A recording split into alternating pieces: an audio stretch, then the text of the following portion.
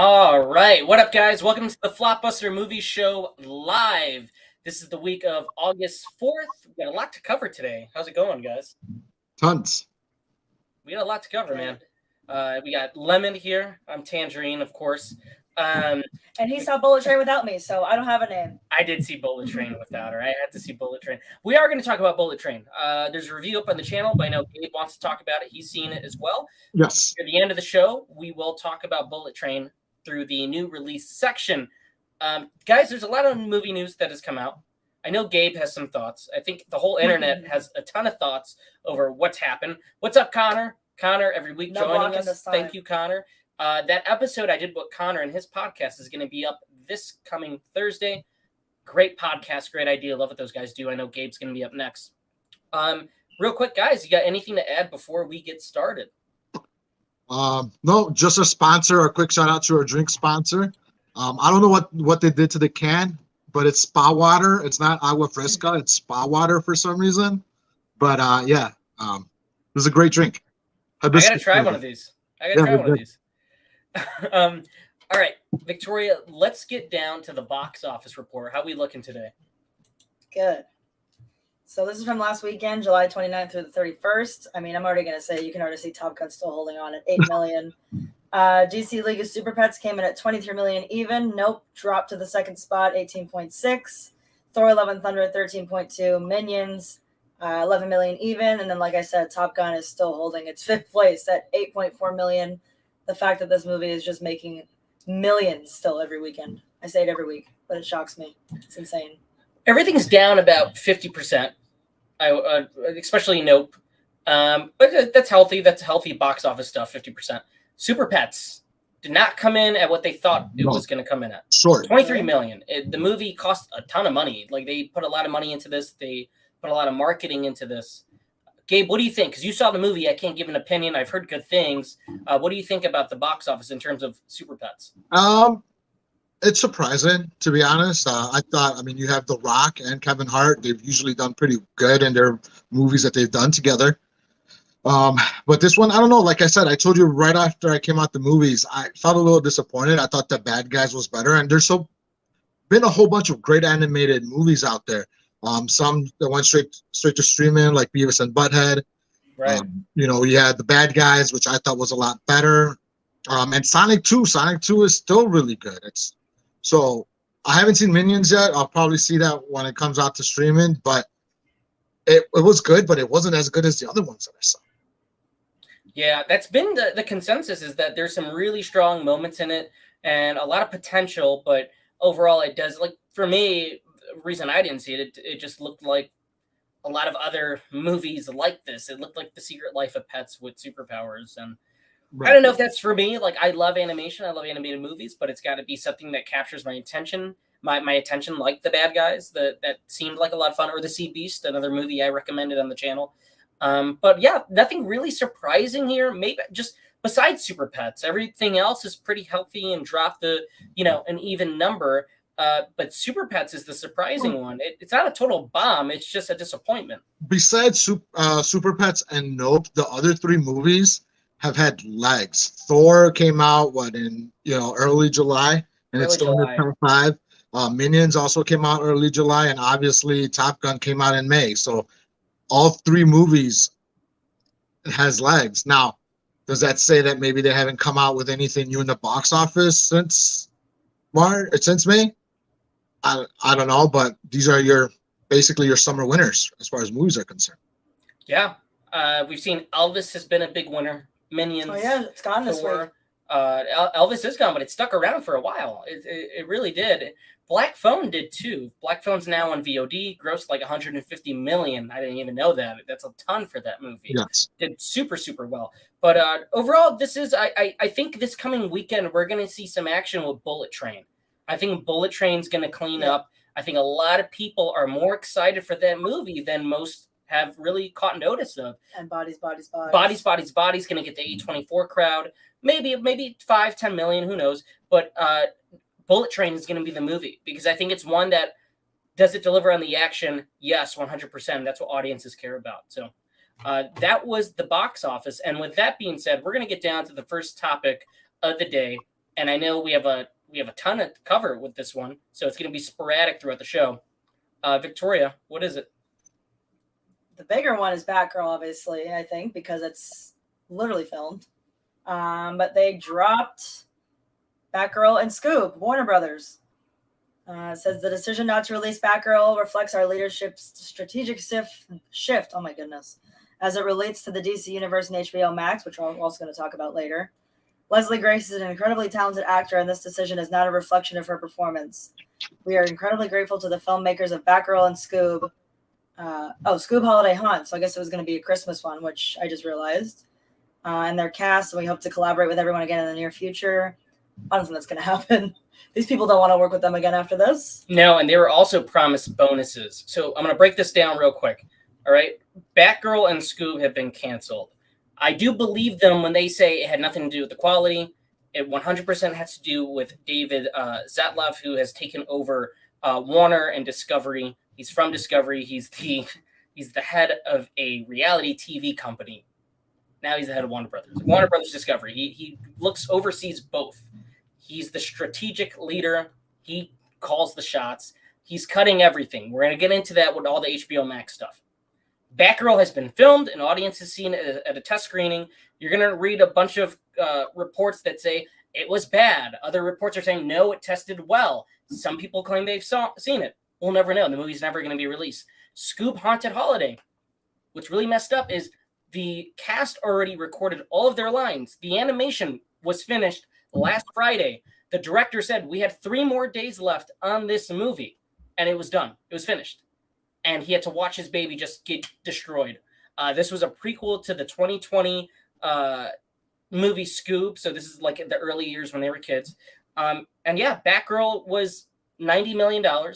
And the insiders claimed that the movie was too expensive to keep putting on streaming. Like, they didn't want to keep pumping money into it. But it was too small in scale to release in theaters. So, Gabe, all that being said, what do you think of this? What's going on here? I don't think that they know what they're doing right now over at Warner Brothers. I'm gonna be very subdued right now, but I think Warner Brothers, I have an issue with them, and how can I say it? I don't know. They just need, I don't know. They need to clean up house and upstairs, I guess. I don't know. It sucks for me because I was actually looking forward to Batgirl. Same. You know, and Scoob, I'm not a big Scooby-Doo guy. I know you are. Yeah. But Scoob seemed like an interesting premise, you know, with the holiday hunt. I mean, I'm always down for some scary Christmas movies, whether it be animated or you know, or action, whatever. But yeah, I mean, I'm not a big fan of what's going on over at Warner Brothers Discovery. No, it's shitty. And these 2 movies have been the poster child of the poster children of what's getting cut over there. There's a lot of stuff being cut over there. Over 70% of their developing staff at HBO Max is getting the axe. A lot of TV shows people are watching, they're going. Like, it's pretty bad what's going on. Some people will try to spin it. David's the head of Warner is trying to spin it and say, no, we're doing this, this, and this, and we'll get into that and all the things that they're changing. No movie should ever be shot, completed for that amount of money, and then go, let's just make it a tax write-off. And then we'll net $20 million off these 2 movies because we just don't want to release them. It's unheard of. It doesn't happen. No studio has done this before. Right. But they haven't. And it's to me, it's asinine that they're gonna take this route. I mean, I know that they've also recently took down 6 HBO Max original movies. American Pickle was one of the bigger ones. It's very unknown Seth Rogen movie. Right. I thought it was funny. I thought it was hilarious as fuck. I enjoyed it. Where do these movies go too, though? You know what I mean? Like, where does American Pickle? Like, where do these movies that go on HBO Max? Where do you go? You deleted them. So where are they? Like, these are your movies. The Witches, that was your movie. So what happens to those titles that you just don't want? And it's really that they don't want to pay to stream these things, but it's so bizarre that they own these. You guys own these movies. They just don't want to pay, you know, was it Anne Hathaway her money or Seth Rogen, because obviously they're trying to save money, right? And we'll get bigger into it. I know there's another segment that we're gonna have, but obviously they're trying to save money. So real quick, I want to mention Vince. How's it going, man? Is Warner still continuing with the Flash? They are continuing with the Flash. The Flash is still happening. It's coming. They spent $300 million on that movie. It doesn't matter what Ezra Miller did. They don't care about that. Everybody's upset about it, of course. What he's been doing has been terrible.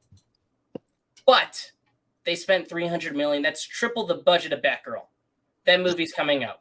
Reshoots, Hell or High Water. That movie's happening. Let's segue for a second. We got another topic, and then we're going to get back into this HBO stuff because it's pretty crazy. Victoria, what's the next topic? Well, first of all, Joker 2 got a release date, but also Lady Gaga confirmed that she's going to be in it. This picture is something she tweeted today. So, yeah, I saw some, I guess based on the picture, people think she's going to play Harley Quinn because she's got a little heart on her face. I don't know how true that could be. People close to the script are saying that it takes place in Arkham, that she's playing some version of Harley.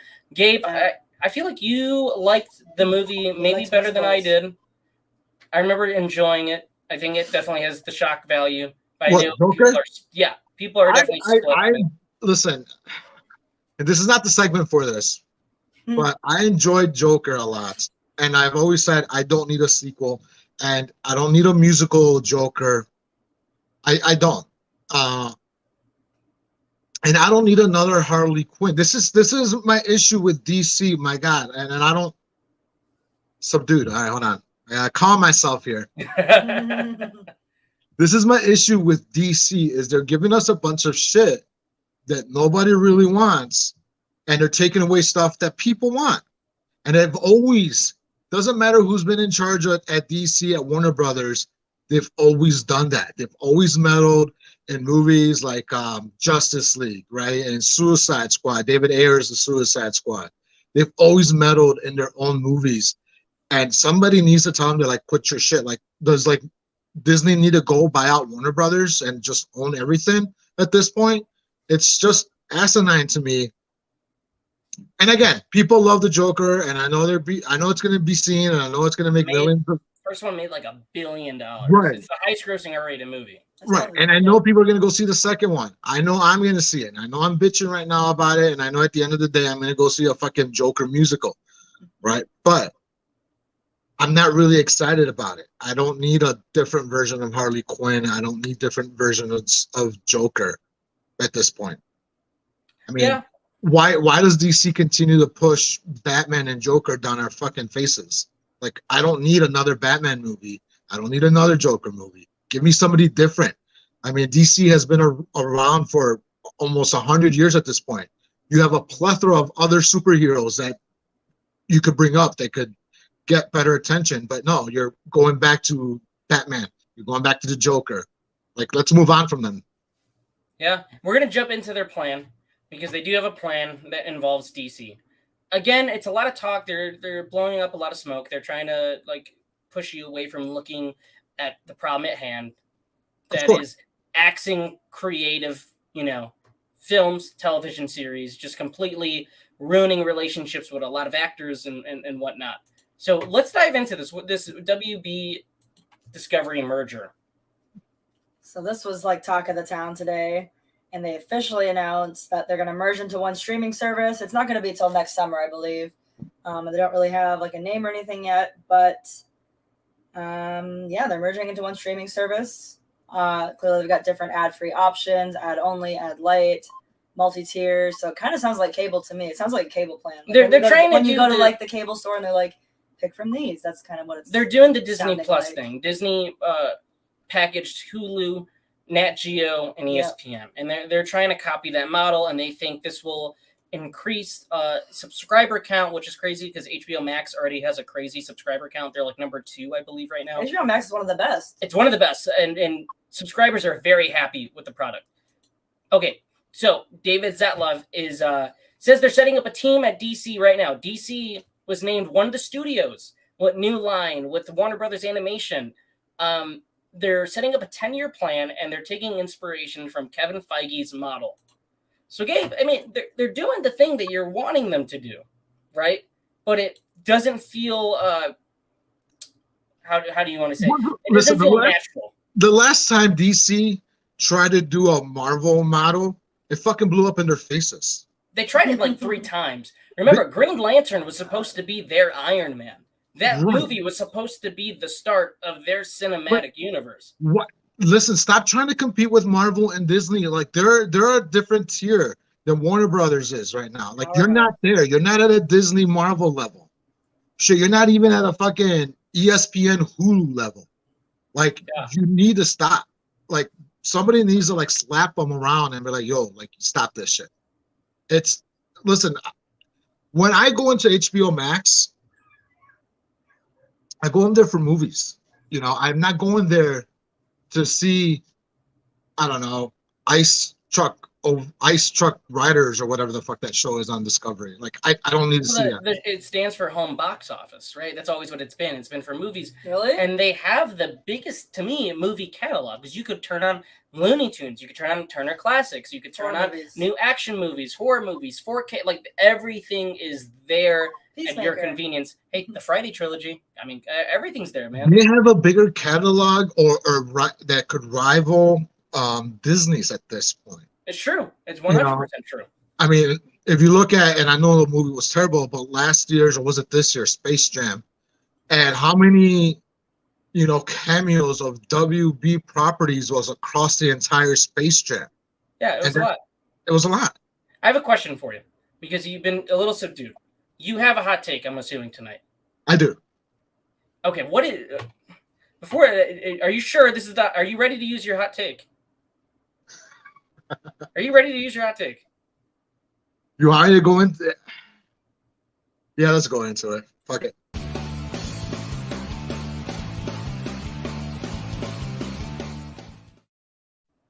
All right, Gabe, what's your hot take, man? My hot take is I was going to be fucking David Sazlan, whatever the fuck his name is, fucking Zoltan, whatever, over here. You know, he comes from fucking reality TV, Discovered. Like, why is he running a major motion picture company? He comes from fucking reality TV. Obviously, what he's setting up, honestly, is playing out like a fucking reality TV show. And I know this is a family channel, but I'm gonna let some swears ride. I'm rolling up the sleeves on this. Right. So his first thing that he told shareholders was, I'm gonna save HBO Max $3 billion this quarter or whatever it is. And that's what he's doing, right? 90 million here, 40 million here. Let's cut off this, let's cut off that. And you know what? It's not working for me. It's not working for anybody. People wanted to see fucking Batgirl. People wanted to see Scoob. Now, his predecessor, Jason Kilar, you know, he knew what was up. Like, he was like, all right, this is going to streaming. We're streaming this. We're going to do this. Like, HBO Max was Jason's Kilar's, like, little baby. It was what he wanted to do, right? And he's the one that set up that same day streaming and box office when the pandemic was it. And that, to me, yes, The Matrix was a little bit of a letdown. Some movies did awesome. Wonder Woman did great, you know, doing a home and theater release. But at least it worked out for them in that well, right? David has no idea. Sazlan has no idea what to do at this point. As a person that was looking forward to Batgirl, and he's going to leave the Flash on, it's a slap to the face to Hispanics, because you're finally going to have Leslie Grace, a woman of color, as a head of a major motion superhero movie. And you're like, all right, we're taking this away from you guys. But here's Ezra Miller, who's going around beating women, kidnapping people, and just running all type of hell throughout the entire world. We're going to keep him, and we're going to, you know, give him that 300 million movie. Like, why? Why? Like, I don't know. He is just, I'm just pissed off beyond, like, disrespect for this. It's just, I don't know. That's it. That's my hot take. Just fuck him. I'm gonna fight. If I ever see him, I'm gonna slap him. You and I and Victoria, we should all be able to run fucking HBO Max. Like, I don't want to sign into HBO Max and like have to go through a catalog of Discovery Plus. Like, I don't need to see fucking American. It's gonna be Amish Mafia meets the Looney Tunes or something. Like, it's gonna be really stupid. I just want to see my movies. I want to see my fucking Harley Quinn, animated show. Which at this point, like you told me earlier, it might be on the bubble. It might be axed. It might be next.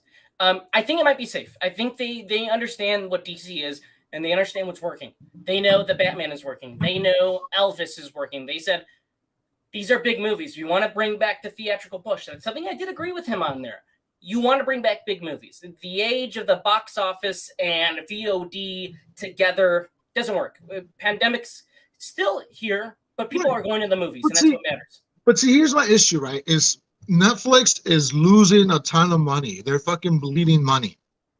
True. But yeah, Netflix is still throwing money at these big movies. Like they have every single week, there's a new fucking Netflix movie. Rayman cost like $1 billion. It was like a ridiculous amount of money. It was like $200 million. What was it? Bright cost what, $250 million to make? It was expensive. It was super expensive. So okay, so you're telling me Batgirl wasn't for streaming, but also wasn't for home theater. Like, how much money would you lose on Batgirl if it did go to streaming? Like, how much money would you lose? Like, you have tens of millions of subscribers. Like, are you really losing any money on Batgirl? Like, everybody pays, what, $14 a month for HBO Max? Like, are you really losing any money on Batgirl? And what's really weird is they can have this ready by December if the rollout is happening by next summer. So just put the movie out on schedule this December. Listen, if somebody ever comes across a copy, of Batgirl, like some backyard, I found it at a flea market type of Batgirl, let me know. Just send it to me. Dude, it's going to happen. A couple things real quick about Zaslav, right? One, the guy hates movies. He doesn't understand movies. He doesn't know how to make movies. He's in charge of movies. There's a story that went around a few months back about something he said about Clint Eastwood. And pretty much his take was, why do we keep giving Clint Eastwood money to make movies? And everybody at Warner was like, well, Clint's been with us for 50 years. He's like family. He's delivered movies on time. Audiences love his movies. I mean, he's royalty. And he quoted Jerry Maguire to them and said, this is show business, not show friends. So this is a guy that doesn't give a shit what we think or what you think. And guess what they do in TV? When they don't like a product, you know what they do? They axe it. They axe it. You never get to see it. How many pilots a year? They call it pilot season. They shoot a bunch of pilots, and then the network takes them. They go, give me that, put that away. Give me that, put that away. That's all they care about, and that's what they're doing. A couple other projects that a lot of people are worried about. What happens now? Salem's Lot, big Warner Brothers movie, pulled from the release calendar. They're telling it's because it's VFX. But if he has no issue axing big movies that are $90 million, who's to say that he won't care to give the axe to something that's $20 million? Or even Evil Dead Rise. Evil Dead Rise was, again, pulled from the calendar. Something that's backing up what I think is going to happen in that movie. The director tweeted out something that was very cryptic. And it was pretty much him, like, holding his breath a little bit about the release of this thing. We haven't seen a trailer. We haven't seen pictures. We know the movie tested incredibly well. The numbers were great. They had a few test screenings, and people have liked it. Sam Raimi produced, obviously. It's his baby, new director. HBO Max exclusive. Then we heard it was possibly going to theaters. Next thing we know, it's off the calendar, not for HBO Max, not for theaters. So what happens to that movie? Does he give it the axe? Or does he go, you could take Evil Dead, find a new distributor? Because that's what he should do. If they don't own the product like they do Batgirl or Scoob, let these movies go find a new distributor. Look what happened to Slumdog Millionaire was a Warner Brothers movie. Warner said, we don't want to make this movie. So they gave it to somebody else. Guess what happened to Slumdog? Grossed $300 million and became Best Picture. Right. Same thing happened with Home Alone. Same thing with Home Alone. They were making Home Alone. They said, this is going over budget. We don't want to make this. Here, Fox can have it. Fox makes it. Grosses $400 million. So this is the scary thing, is that movies are being canned and will never see the light of day. They're not given a proper chance, and you don't know if they'll succeed because the person in charge does not watch movies, knows nothing about movies. And there's people out there, people that I trust, people that, their opinion I value, and they think this is a great idea. And I couldn't disagree more. This is a terrible idea. This guy should never have been in charge of this. I think HBO Max is a great idea. Do I think the day and date release was good? For the pandemic, maybe, but I know actors and directors hated the idea. They were not told that it was going to happen. And now with the box office the way it is, and people are going back to theaters, you don't need a day. You don't need that anymore. You don't need that anymore. But it's just the simple fact, and it could have just a simple fact that they canceled a movie that was 95% done, and then on top of that, add that you had a Hispanic lead, a female Hispanic lead, and they just canceled it. That's what really, to me, that really looks really bad. Especially when you have these, you have Marvel coming out with Namor, and then you also have your own freaking studio, Blue Beetle. Who the fuck is gonna happen with Blue Beetle? Dude, I think Blue Beetle's getting the axe. The director claims it's not. The director responded to a fan on Twitter saying the movie's fine, it's safe. I don't know about that, though. We know Blue Beetle is probably around the same budget as Batgirl. Remember, these are two movies that HBO Max was pushing as a new line of films that would go straight to HBO Max, which I think was a great idea. If you've watched some of these HBO Max movies, they're really good quality. I think the worst one I saw on there was that Super Intelligence movie with Melissa McCarthy. Right. Like, that's the lowest rated one, for sure. Everything else, Kimmy. I mean, the Steven Soderbergh, any of the movies he's done on there. And the issue with, and again, another issue I have is you look at Netflix, you look at Hulu, you look at Disney, these, like, they have their own, movies for their own freaking that go Chippendale Rescue Rangers. Like, all these movies, they go straight for the streamer. Right. Like, why doesn't HBO Max want that? Why doesn't David Zadaran, whatever the fuck, like, why doesn't he want that for his base? Like, I don't want to see, like, again, I don't want to see freaking, I don't know, just reruns of whatever, Naked and Afraid.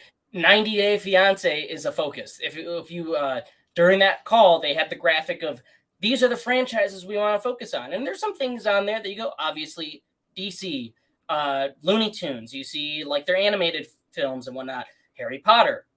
Well, obviously, right? And then it's like 90 Day Fiance. And it's just, well, why would that be a focus? Right. Why? I understand you guys have Discovery. Discovery's a thing. Discovery brings in, I believe, around 13 million subscribers. It's doing pretty well for a smaller streamer. A lot of people watch this. But they said some weird things on this panel and this call. And I understand it's a business move. It's strategic.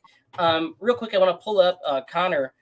He's got something to say. If they put Evil Dead Rise on the shelf, they have the rights to search for a new distributor after a period of time. WB will lose all their non-IP rights over the next few years if he's there. Man, it's crazy. I think a lot of filmmakers, a lot of actors are not going to want to work with Warner Brothers. I mean, we talked about the day and date thing. They burned a lot of bridges with that because nobody knew that they were doing that. James Gunn did not know. Denis Villeneuve did not know. Actors did not know. And remember, Disney tried doing the same thing with Scarlett Johansson. Did not work. She sued them and she won. She fucking won. Like, they did not want to fuck with that. They stopped. And here's another thing. I mentioned before, the Batgirl cast was promised, from what I was told, a hefty paycheck. They were promised a raise. All of the actors involved. Now, this comes from an anonymous source close to the film. Wrote that they were all promised raises when the film premieres on HBO Max. It's not going to happen. What happens to Michael Keaton? That means that we're not going to see Michael Keaton's role as Batman. We know that Ben Affleck came in for reshoots for Aquaman 2. We did not cover it on the show last week.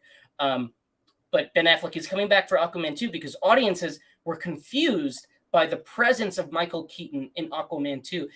Obviously, because they had not seen The Flash. The Flash is the most crucial movie. That's what makes this all fucked up, is The Flash is so crucial because it's pretty much their take on Flashpoint, right? So you need Michael Keaton. But the thing is, they saw the movie with Michael Keaton. They're like, why is Michael Keaton here? So they reshot it with Ben Affleck, right? We're not getting the Batgirl movie. We don't know what's happening with Flash. They could just reshoot it and take Michael Keaton out, keep Ben Affleck throughout the whole movie. So then we brought this man back for 3 different appearances that audiences just will never see. It's insane. Again, and they always bring him back Batman. Always bring him back Batman. Dude, and here's the thing. I feel bad for everybody, all the creators, everybody that got fired or is getting fired because they're denying it. They're saying, no, we're upping our career. We're hiring new people. If anything, we're focusing on that. Who's going to want to work with them after they fire people? Here's the thing. Scoob. The first movie was fine. Like, I really love Hanna-Barbera, and I thought the animation was dazzling. I didn't think the story was great, but it was a nice attempt at the universe. What pisses me off is I know animators work tirelessly, man. They work all night. They get underpaid. These dudes were working forever on this movie. 3 days left, and you tell them that you don't even tell them. You just say we're not doing this movie anymore. The director found out through the trades. It came from the fucking New York Post. Who the fuck believes the New York Post? Everybody thought the New York Post was full of shit. Then Rolling Stone picks up on it. Deadline, Variety. I mean, this is a messed up situation, and I think this call, I don't know, man. I don't know. Real quick, I'm going to highlight another comment. How does this guy know the audiences will have the same taste as him? This just seems like some control freak shit. And that's another thing. People that worked for him. Somebody that works in reality TV. I saw they were on Twitter, and they're saying I used to work for Discovery, and this is exactly how this guy was. This is how he runs the show. I'm not saying the way things were with Warner Brothers was great. Obviously, they've had an issue time and time again with leadership. But I did feel like things were looking bright. And if you talk to anybody, everybody loves HBO Max. People, like kids, love HBO Max. They have Sesame Street. They have Looney Tunes, Cartoon Network. Adults love the original scripted shows. And then you also have a library of films. So, I don't know, man. This is the one time I agree with you on the hot take. And one thing that he did say as well is he said that they were going to stop producing kids' content. That's another thing. They were axing like a ton of kids' content. Like, why? Why? Like, are you really trying to drive all your business to Disney Plus? Because that's the only other option that a lot of these parents are going to have. Like, you could have the nighttime HBO Max, mom and dad, whatever, and during the day, the kids could watch Sesame Street. They could watch, the whatever kids' corner that they had. Now what? If they didn't have no kids content, what are they going to do? Well, I'm going to go to Disney Plus. And now Disney Plus is also having Daredevil, Jessica Jones. They have all that R-rated and, shows on there. And so now they could just do Disney Plus and cancel HBO Max. And that's what they're going to end up doing. I think when this rollout happens, they're going to see a lot of cancellation. I think a lot of people are very committed to the idea that they just want to stick it to HBO at this point. But I think most people will be like, they'll see the email for the rollover and be like, all right, that's probably what I'm going to do. I'm going to keep it. Like, it's just, I'm literally going to get an email that says, by the way, HBO Max becomes whatever the fuck they're going to title it. And you'll also as soon as Harley Quinn's animated show is done, I'm going to cancel it. And then I'll resubscribe when Harley Quinn season 4 picks up.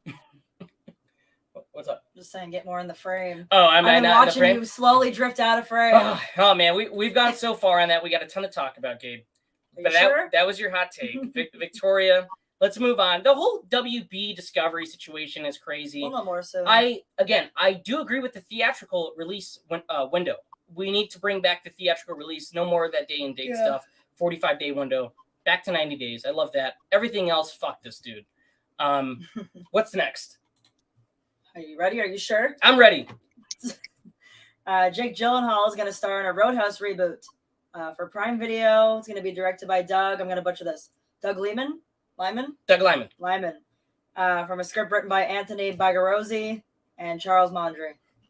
And Conor McGregor just signed on for this movie as well. Gabe, what do you think of this? Yeah, Conor McGregor just signed on for this. Fuck Conor McGregor. I could take him. I believe you. What do you think of the movie? Listen, you know me. I'm a fan of reboots. I'm a fan of rebranding. I'm a fan of sequels from 30 years ago, whatever. I know this is going to be a reboot. I just don't buy Jake Gyllenhaal as Patrick Swayze-esque. It's a tough road to pull off, man. I mean, he was so suave back then. Right. I love Jake Gyllenhaal. I'm a huge fan of his. But Patrick Swayze just had this like oozing machismo, but at the same time he was a little girly, but he could still like kick your ass, and he had that nice flowing mullet in that movie.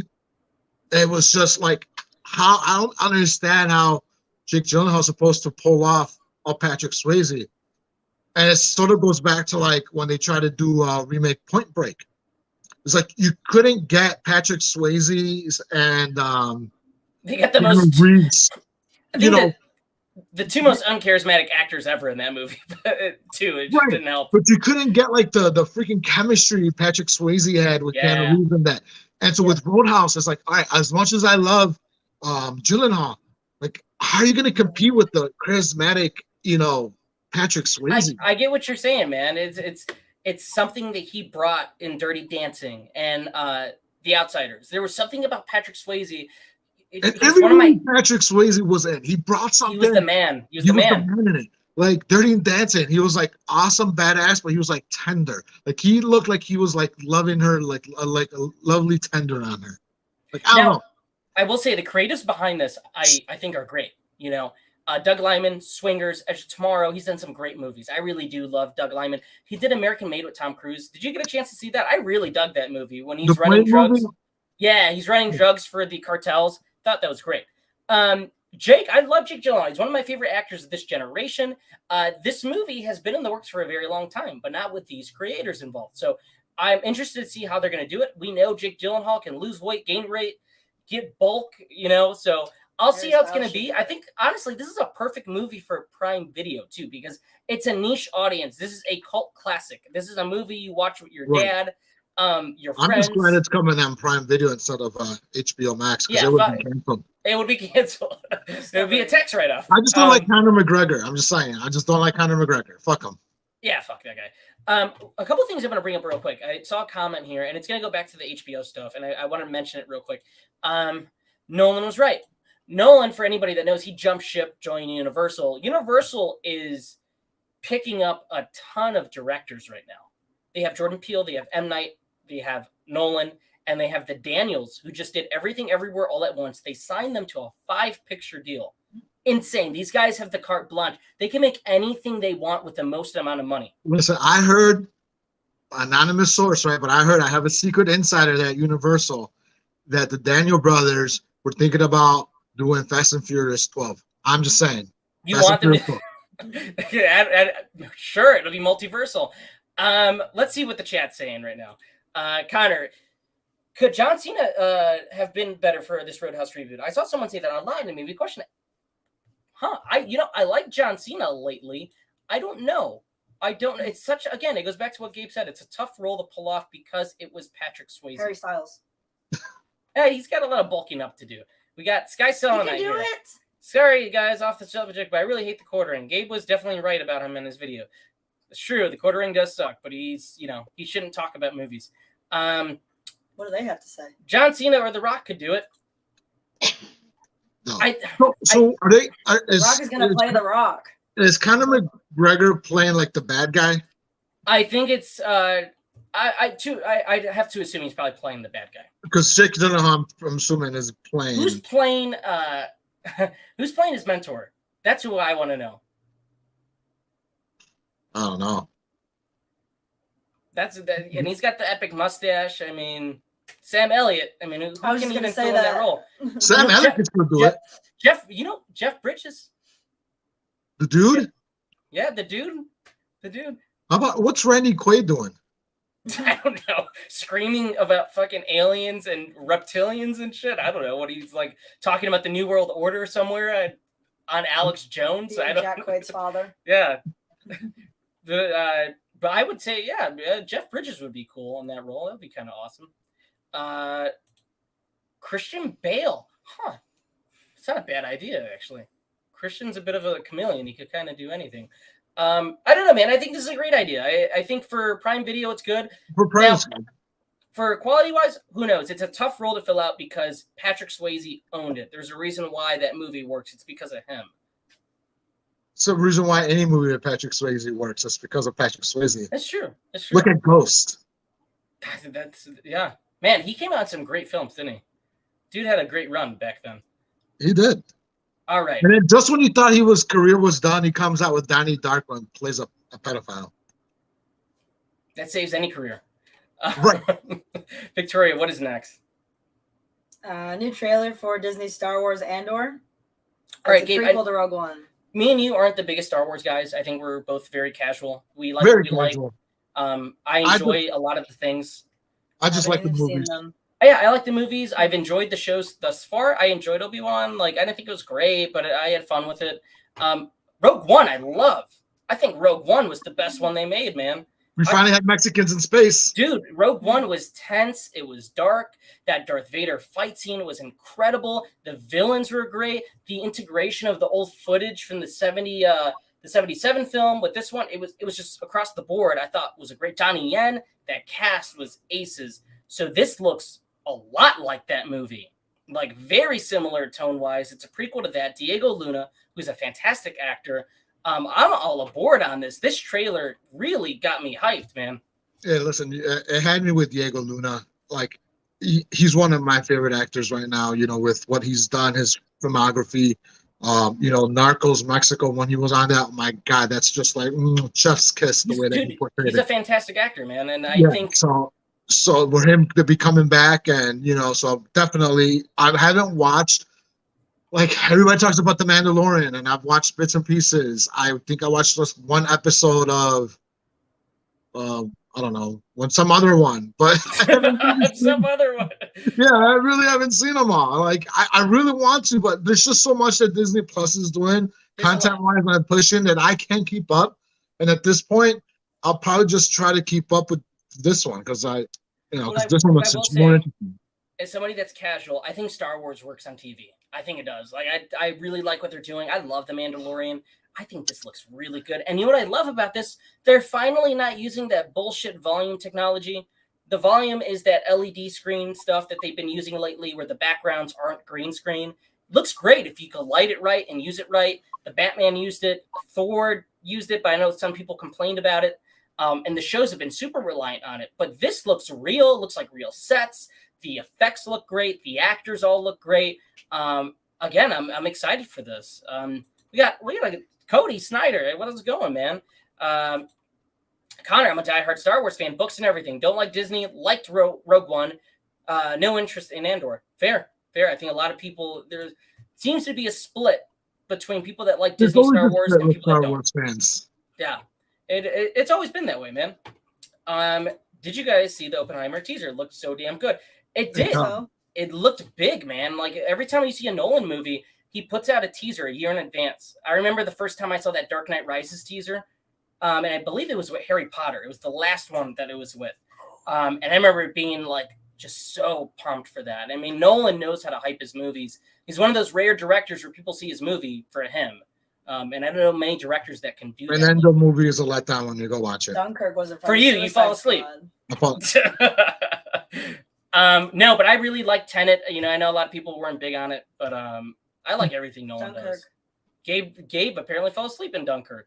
I did fall asleep in Dunkirk. It was boring. You don't get your hot takes. You use your one hot take. What's next?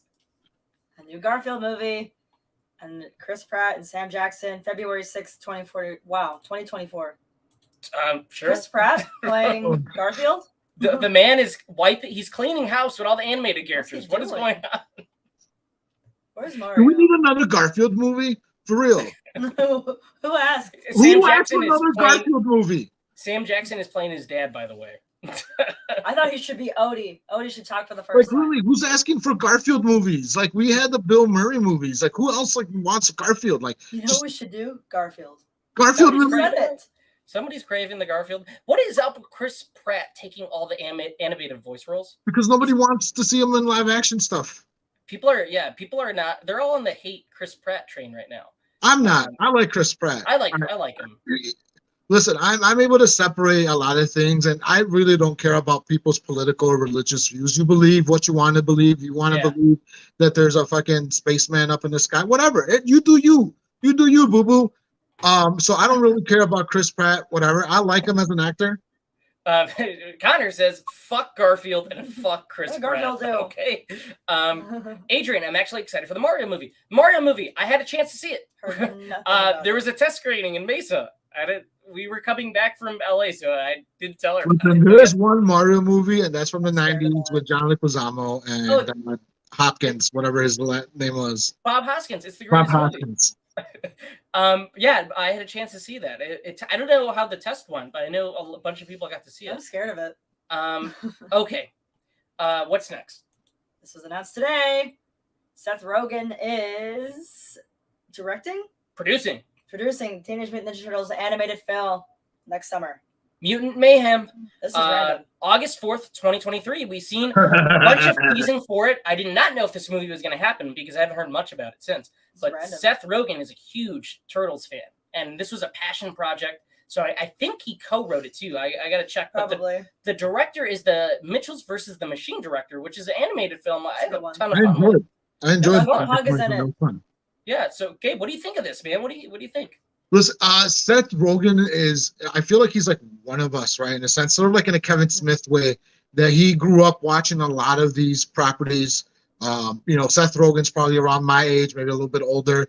And so I know he's going to do TMT right. And I'm not talking about, like, he might do it like that 90s style, but he might even go back to when the Turtles were actually adults fare, back in the early 80s comic books. So if he takes it that route, like the late, like the mid 80s, early 90s TMT, I'm all in. And I know that he's been a fan. I know he's done, was it Preacher? He's done a lot of like comic book Preacher, stuff. The Boys, Invincible. The Boys, right. Really? And if we take, those models that he's done, I'm in for TMT. Like, and plus, I'm always been in on TMT. Like, I enjoyed the live action. Well, they weren't live action, but the ones that came out a couple years ago with Megan Fox, like, I thought those were decent. The first one was great. The second one was, it was decent, but I still enjoyed it. I'm such a big Turtles fan that those movies, like, I don't even hate them. Like, I just love the fucking Turtles, dude. Like, I really do. I had to get this because it came in a freaking shell. I think you showed me this before. It's a shell. You know what they need is a 4K remaster of the original movies. They really do. But you know what? I love the Turtles. Like, the Turtles were always like the Vanilla Ice. That's classic. Go Ninja, go. Okay, so a couple things that excite me about this movie is the director of this did the Mitchells versus the Machine. Everybody involved in the Mitchells versus the Machine was involved in Spider-Verse. Spider-Verse has some of the most dazzling animation that's been out in a very long time. I think that's exactly what they're trying to do with this movie, is make the Into the Spider-Verse version of a Turtles movie. And if you know anything about Turtles comic, is it gets weird, it gets crazy. There's multi-dimensional shit going on with alien races. It says it's called Mutant Mayhem. And if that's what it's called, I think they're going to go all out and make the most insane love letter to Teenage Mutant Ninja Turtles, from the comic books to the movies. Fucking maybe the rock concert. You remember that? The DVD when they sang the Christmas songs? Dude, I'm very excited for this. We'll this. get a really nice looking Bebop and Rocksteady finally. I would love, I would love that. Tokar and Razor. I'd love for them to just go wacky like Spider-Verse, go all out. Do I want a dark reboot with live action? I would love that. I think they could do that. They're never going to do it. No. So it's too much of a kid's property at this point for them to go dark with TNT. We've got very close, man. We've come close. They could go PG-13. But I don't think, I think if they go back to like mid 80s, that's like an R comic book. Yeah, I don't think they'll ever get to it like they kill Shredder in the first issue. Right. They kill him. They fucking, like, he explodes in the first issue. They tell him to commit suicide. And you know what's got me so excited on TMT was that the video game that came out last month. Dude, the game was great. It was awesome, man. Me and her played, and we were just having the time of our lives. It just reminded me of just being a kid and renting the 2003 games that came out, and then playing the arcade. I was playing the like 1992 game. But the thing is, I played those, and my uncle, who was like this huge TMNT fan, and even the remasters that came out in 360. But man, I'm excited for this. I think the creators involved know what they're going to do. I think they're finally going to nail this property. It is going to be geared towards kids, but I'm okay with that because it's always been something since the toy line came out. Listen, I like to say I'm like a 38-year-old kid, so I'm gonna go watch it, enjoy it, and Justin's gonna be like, "Why are we watching this? Like, why am I here with you? Like, you should have gone by yourself." It's just gonna be 40-year-old men. It's gonna be 40-year-old men. Okay. Seth Rogen is playing Donkey Kong, and I thought that was great casting. I really did. All right, that's it. That'll be fun. Sky Silent Night, you're done with your Mario stuff. You're done with Mario. You're done with Mario. Cody, what's up, man? They need to make a whole TMNT movie based on the Pizza Monsters episode. If you know, you're awesome. Dude, like I said, I think that this movie can do a bunch of great things with TMNT. I think Seth Rogen knows the lore. I think those producers know the lore. I haven't felt this confident in that brand in a very long time. I mean, the past few directors have been just like knock-around guys in the industry. These are real people, real animators involved. Listen, I haven't been really excited for TMNT since Nickelodeon took them, and they made him look really fucking boxy and squared offish. I was like, what the hell is this? And then when the movies came out and it looked better, I was like, okay. And then that was it. And then they went back to like being Nickelodeon kids or whatever. Like I said, man, they could go crazy with this. They could go really crazy. I never want to see those Bay Turtles again, though. I mean, they were fucking. You gotta admit, they look fucking ugly. The Bay Turtles, they look roided out. They're fucking ugly. All right, they did the TMNT. Okay, I remember this, man. The Turtles crossover with Power Rangers. That was that.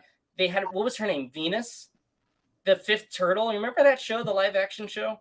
It came out. Saban did it. I try to forget that. I rented it from Blockbuster because I had no idea what it was. And I saw the cover and I said, I've never seen this before, but not very good at all. Okay, Victoria, I think we got a few things left. What do we got? Colin Farrell is hoping that the Penguin starts filming in 2023, the spin-off series. I mean, obviously, with everything going on now, right? Batman's on HBO Max at the moment. Yeah. Isn't it? So who knows? This is a go. I think this is a go. Matt Reeves has been heavily involved. They love what happened with Batman. And I think this is too far along. They're not gonna cancel it. Well, yeah, too far along, huh? Are they 95% done? Were they 3 days from being done? Listen, they love Matt Reeves. That's the matter of fact. I don't like what they're doing, but they do love Matt Reeves. So whether this is HBO Max, HBO, or whatever the fuck they're gonna call their new streaming service, it's gonna be on there. It's gonna be called Discover HBO Max. It's Discovery Plus presents Penguin. HBO Max. Who knows what it's going to be called? No, I've been a fan of this idea. He was one of the highlights of the movie. I've talked about this movie at nauseum, so like I'm excited for the show. I'll just say that. Although if they do name it Discovery, they have a great name to like for their late night product on Skinamax. It's just be Discover Yourself.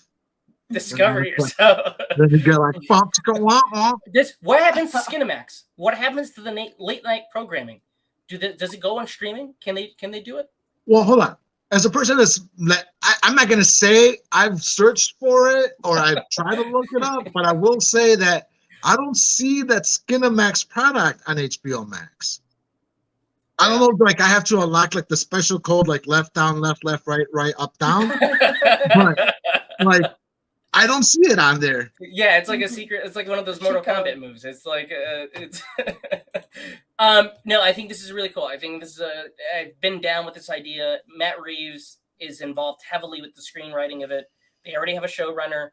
Like I said, I'll give you the Penguin. I just don't need to see any more Batman, Joker stuff. I'm done Penguin, with it. the way they're describing the show is almost like Scarface, Rise to Power. So like, I'm down for that. Would that version of Penguin? Colin Farrell, I'll take it, man. I'll take it.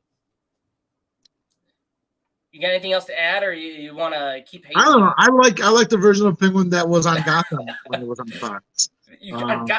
I'm not listening anymore. What's the next one? Here comes my freaking time to shine. What do we got? So Patton Oswalt prematurely kind of confirmed Eternals 2, he's saying they announced it on the Today Show, even though Marvel has not said anything yet.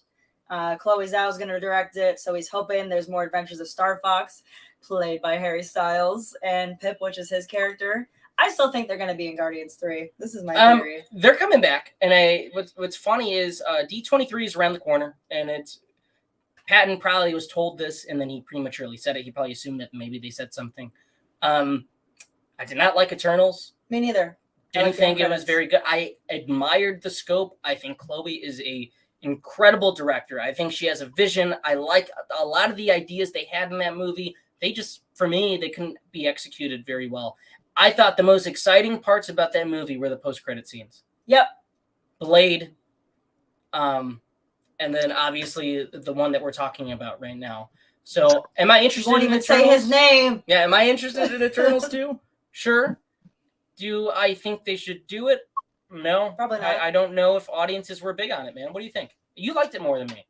I did like it more than you. I did see that by myself. Jess didn't want to go with it. Go with me. She usually does, but she didn't have any interest in it. I don't know.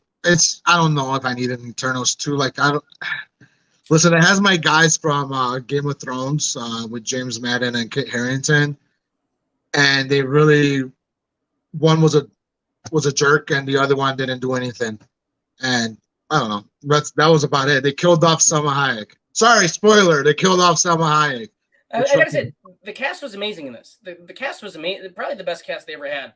Angelina Jolie, another highlight of the movie. I loved her in this. I loved Brian Tyree Henry. The cast was not my issue with this movie. My issue was more so the storytelling. It was the storytelling. Well, visually, I've seen this meme going around recently. Like, we've had 5 Marvel movies after that. Like, nobody's mentioned about that fucking giant person coming out of Earth. Yeah. Like, there's been 5 Marvel movies, and nobody's ever mentioned that fucking giant guy with his hand coming out of the fucking stratosphere. It was an important movie for the MCU, for the mythology. So I'm appreciative of them adapting it. But there was a lot of crazy things people were saying. I remember reading stuff that Marvel thinks this could win them an Oscar. I was like, no. Who thought that? Black Panther was the closest, nominated for Best Picture. And I think Wakanda Forever will be nominated for Best Picture. I really do. I really think I'll bank on that. Unless it's beyond terrible, but I trust in Ryan Coogler. I mean, I'm going to see it. I mean, but I think they're going to announce some stuff at D23. I don't think Eternals is on there. I think it's something that they put out. They're going to announce X-Men. I think they're going to announce X-Men. I really do. I think Harry Styles, they casted him. He'll be back. That's a really cool character. He'll be in something, whether it's with the Guardians or whatever it is. But I don't need Eternals 2. I really don't. They should get a Disney Plus limited series. Maybe because the Patton Oswalt character. Dude, that was my main issue with the movie. Is a lot of the characters were underdeveloped, and I think Disney Plus series, not 6 episodes, but maybe 8 or 9 could be cool. Because the 6 episode thing does not work for me. Okay, new releases. Bodies. Bullet Train, which again you saw without me. Prey, which is out tonight. All right, Gabe. We've seen one of these. The other 2 I'm very interested in. I've heard nothing but praise for Prey. I've been so hyped for Prey. I love that director. Since his early days on YouTube. Dude was a YouTuber. Doing what we do. Got to do a great movie. He's been attached to a bunch of other things. Did 10 Cloverfield Lane. Hey, maybe we're going to be directors, in 10 years from now. I'll direct Eternals 2. Or fucking something that'll be a tax write-off in HBO. I wouldn't mind directing Mighty Ducks 5. There you go. Heavyweights too. Okay, so Bodies I'm interested in. We're gonna see it Saturday, I think. I think we're gonna check it out Saturday. I've heard great things. I've heard it's really funny. So I'm interested in that. Right. Prey, we're waiting to midnight. It drops midnight our time, so we're gonna stay up and we're gonna watch it. Bullet Train. Me and you saw it. I'll let you go first, Gabe. What did you think of Bullet Train? I absolutely adored that film. Listen, no spoilers. I'm not gonna spoil it. What I'm just saying is there are characters like Tangerine and Lemon, obviously our names for tonight, that were just stole phenomenal. The movie. Huh? Stole the movie. They stole the movie. The way fucking kick-ass guy.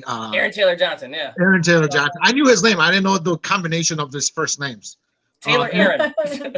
Taylor Aaron was phenomenal. And my boy Paperboy. I'm sorry, I'm always gonna call him Paperboy. I know it's Brian Tyree Henry, but he always for me be Paperboy from Atlanta. But those 2 stole the show from me. And Brad Pitt was amazing. I think I think in my review on TikTok I've said Brad Pitt, it's like 90s Brad Pitt. He was hilarious.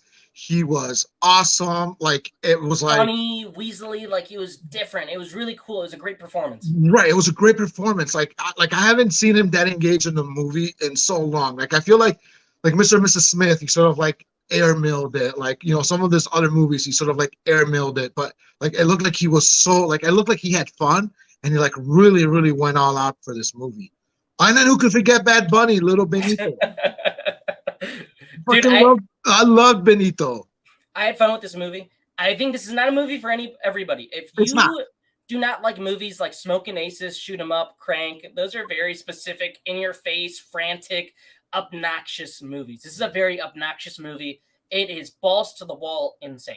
It's very loud, and you're either going to be on that. If you're not with it, by the time all that kicks off, you are not with the movie. And I think it's perfectly fair. If you don't like this movie, you don't like this movie. Yeah, it's fine. It's very chaotic. It's chaotic, man. It's chaotic, and I love the chaos.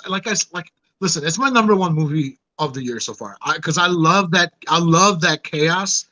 I love that it had so many characters. And I even mentioned the little Russian girl. I forget her name, the actress's name. Joey King. Yeah, she's great. Yes, she's great in it. And the dude that played Scorpion is also amazing. Awesome. I forget his name, but this movie. Yes, like you said, it's so chaotic, and there's so many characters, and it just works. Oh, Logan Lerman. We forgot about him. He's also in the movie. Which one is he? He plays the main villain's son. Okay. Yeah. So what I really loved about this, I don't think it's a perfect movie. I had my issues with it. I think the pacing it's not. I just think it's just about how much fun I had with it. And I'm with you on it, and I had so much fun with it. The action's great. It's from one of the directors of the original John Wick and director of Deadpool 2, David Leitch. The action is fantastic. If you like, it's a combination of like Brad Pitt's character is like Jackie Chan meets Buster Keaton. It's slapstick comedy action. He refuses to use a gun because he has a new leaf on life. And the way Brad Pitt plays him is 90s Brad Pitt. It's Brad Pitt from True Romance. It's like, what if the dude from The Big Lebowski was an assassin? You know, that's the perfect way to describe him. And if you love Brad Pitt, I mean, talk about a couple performances in a role, man. Cliff Booth, Ladybug. I mean, the guy is just on a roll. We talk about Tom Cruise being on a roll, right? Talk about him all the time. Dude's at the top of his game. Brad Pitt is at the top of his game. And I hope people see it just for that alone. And the audience I saw it with, they were loving it. They were eating it up. The audience we saw it with they were laughing. I was like laughing out loud in certain moments. And especially, I'm not going to ruin it, but there is a fucking very hilarious cameo. There is, yeah. Oh my, like I was rolling. There's a few cameos. There's at least 3 or 4. Me and my brother, there was 2 cameos that we noticed right away that I think you have to really pay attention to. But there's a bunch that are hidden in here. Right. But the major one, I was like, oh my God. The major one. Yes. And then it is based on a, was it Japanese comic book? Sorry, I don't know what the correct term is. It was based off a book. I don't know how people feel about the book or the book versus the movie, but as a movie, as somebody who likes Smoking Aces and Kill Bill and stuff, I thought this movie was right up my alley. I thought it was fun. Like I said, I love all the chaos that it comes with, and I'm there for it. I want to see it again. I'll probably will not, but it's definitely going to be a buyer for me in 4K. I'm with it. I'd buy it, and I want a spin-off prequel about the twins, Lemon and Tangerine. I would love Tangerine Lemon sequel. Like I want to know what happens, before they get on this train. Like they like set up so many things that could happen. The Tangerine Lemon sequel would be perfect. We're seeing it again tomorrow. I'm taking Vic. I'm taking my mom. They're both excited. They weren't able to come with me when me and my brother went to go see it. I said Patricia just took the day off. Like take the day off. I got COVID. It's a very loud movie. It's very in your face. It's frantic. It's wacky. It's Looney Tunes violence it's like Looney Tunes meets Kill Bill. It's very crazy. And I can understand why it's got like a 58% Rotten Tomatoes. Again, it's not like John Wick where it's pure action and very, serious with some humor.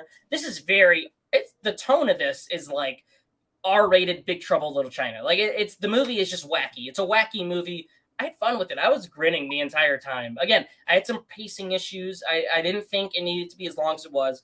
I thought the CGI in the third act was a little wonky with the train sequence. But overall, I'm with you. I dug this a lot. And it's a day one buy. I think this would look great on 4K. I really do. So that was the new releases. A little bit of what's your score, by the way? What did you score it? I didn't. On Letterboxd, I gave it the complete 5 stars. But it's your number one. It's got to be 5 stars. Right. So it's I thought I had more. As much fun as I had with Top Gun, I think I had more fun with this, and I love Top Gun. This is your wheelhouse. This is a movie that you could rewatch again. Yeah, this is a movie I could rewatch again because it was just for me it was just that good.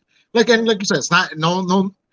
I bet you there's a lot of people are gonna be disagree with me. Oh, I could be your number one. It is. It's my list. It's not your list. It's my list. Because we all have opinions. It's a very specific throwback. It's the Tarantino knockoff era. It's rock and rolla, shoot 'em up, crank, smoking it. If you like that era of movies from like 2006, I think you like this movie, and I really did. I dug it. I'm a sucker for nostalgia. And fucking Jason Statham in Crank was just hilarious. I dug this a lot. Now let's see what we got here in the comments before we move on. Cliff Booth is probably a top 5 character for me. I agree. I've seen the movie like 1,000 times, man. I was Cliff Booth for Halloween. Don't cry in front of the Mexicans. He was Cliff Booth for Halloween. Guys, I'm gonna take this. We got a couple of minutes left in the show. Any questions for us? If you got any questions, throw them down in the comments below. Real quick though, while we wait for any kind of question anybody wants to throw our way. You forgot a graphic. I forgot throwing a graphic in there. For anybody that hasn't tuned in or has been watching the show, we're doing a special series called My Favorite Horror Movie. Here, I'll hold it because I'm in the middle, actually. We unveiled the guests. And we got a bunch of cool people. I forgot to throw it in on StreamYard, so we'll just show you real quick. We got Destiny. She's been on the show a few times. We got Cody Leach coming on for the first time. Very excited for that. We're going to be talking about The Thing. Not That Bad. Connor and Gabe, another Gabe. I don't know what movie we're talking about yet, but it's going to be great. We got Leo from Broken Reality, and we're talking about Hellraiser, which I totally knew he was going to pick that movie. 100%. I called it. Chad is playing Jason in a fan film called My Special Boy. He's going to do great in that movie. We're talking about Jason Lives. Bloodbath and Beyond, first time on the channel. Those guys have been supporting us for a while now. They've been tuning in, and I'm excited. Good Real Hunting. I mean, come on. We love those guys. Brett's been coming on from time to time. I mean, he's been a day oneer. So these people right here have tuned in, have watched this small channel, and we're so glad that they're going to come on, and we're going to talk about spooky season with them. We're going to talk about some horror movies, their favorite horror movies. So it's going to be pretty cool, man. It's going to be awesome. As long as we talk about Psycho 2005, we're all good. Psycho 2005. Okay, Gabe and I are so pumped. We appreciate you guys inviting us. It means a lot. Hey, man, we're excited to have you on. Another Gabe, huh? Another Gabe. Damn. So for the title. And I who's Gabe 1? Who's gonna be Gabe 1 and Game 2? We should have a little trivia. Rock paper scissors. Yeah. For Gabe 1 and Gabe 2. I don't think anybody's got any questions right now. We really covered everything. We really open it up on Facebook, maybe. We did. So next time, guys. Oh, here we go. We got one. Cody says, "Have you guys seen the preview for Spirit Halloween?" I've been wanting to see that. I did see that trailer. I did. Did you see the trailer, Gabe? No. I've been busy with work this week, so I didn't see many trailers. But then, are we talking about Spirit Halloween? Like the store is coming out with the movie. There's a movie about these group of kids this October who stay the night at a Spirit Halloween, and all the animatronics come to life. That's kind of cool. Trailer. I'll watch it. It sounds like a classic Spirit Halloween movie. Every year I buy their new little zombie babies. Have you guys seen those zombie babies? It's in the trailer, I think. Me and Jess get the zombie babies. They got 2 new ones for this year, and I really want to get. They have one that's swaddled in a little blanket. I want to get that one. But yes, I have seen like an early 2000s Disney Channel. Yeah, movie. I've seen. I like it. Yeah, I think it looks good. I think it looks fun. Where's it going on? Is that for this season? It's for this season. October. I think it's going straight to VOD. But it reminds me of movies like The Monster Squad, and I think it's got a cool tone. It's definitely geared towards kids, but I'm gonna watch it. I'm gonna watch it. Listen, as many spooky movies that we could get, during September through November, I'm in. Connor says it's Funhouse meets Five Nights at Freddy's. Yeah, it did look like that. Sky Selenite says, I'm excited for the Munsters. I think you're excited for it in all the worst ways. But listen, Terry Moon Zombie will not be getting naked in the Munsters, all right? I know. You're gonna see an ass shot out of it. I've told him this. All right, guys. I think this show has come to a close. It was a great show. Thank you all for tuning in and watching. We climbed in views for a little bit there. We had a few people in here tuning in and out. It was really fun talking movies, as it always is. Gabe, you got anything to say before we wrap up? Yeah, I just want to say that David Saslan, you're fired. You know, the little Trump, you're fired. Yeah, that's it. What about you, Victoria? Anything? Put Harry Styles in Guardians 3. There you go. Or else. Harry Styles in Guardians 3. See all you guys. We'll see you next week. Stay tuned to any other announcements that we've gotten and collaborations, and make sure to like, comment, subscribe. Please like, actually, it really helps the show. Please hit the like button, please. But we'll see you next time, guys. Thank you for tuning in once again. Like it, or I'll finish this thing. I'll finish the straight Pepsi. See ya.